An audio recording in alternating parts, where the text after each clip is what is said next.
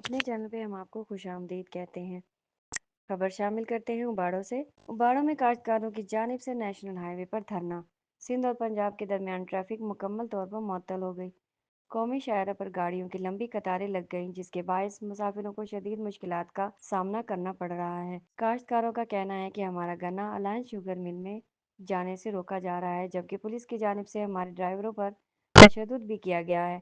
مظاہرین کے مطابق شوگر مل کی بندش کے باعث کاشتکاروں کو کروڑوں روپے کا بھاری نقصان ہو رہا ہے۔ کاشتکاروں نے مطالبہ کیا کہ فوری طور پر شوگر مل کو کھولا جائے اور گنے کی ترسیل کی اجازت دی جائے تاکہ ان کا معاشی نقصان روکا جا سکے۔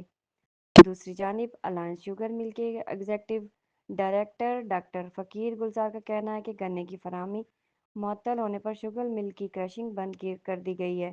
ان کے مطابق روزانہ 1000 کے قریب گنے سے بھری ہوئی ٹرالیاں شوگر مل آتی ہیں، مگر موجودہ صورتحال میں سپلائی مکمل طور پر بند ہے۔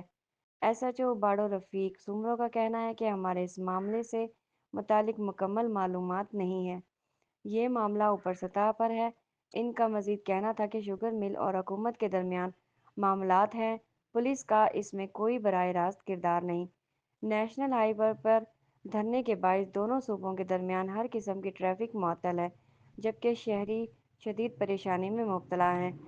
مزید خبریں اور اپڈیٹ کے لیے ہمارے چینل کو سبسکرائب کریں، ویڈیو کو لائک کریں اور بیل آئیکن کو ضرور پریس کریں تاکہ آنے والی تمام نوٹیفیکیشن آپ کو ملتی رہیں۔ شکریہ۔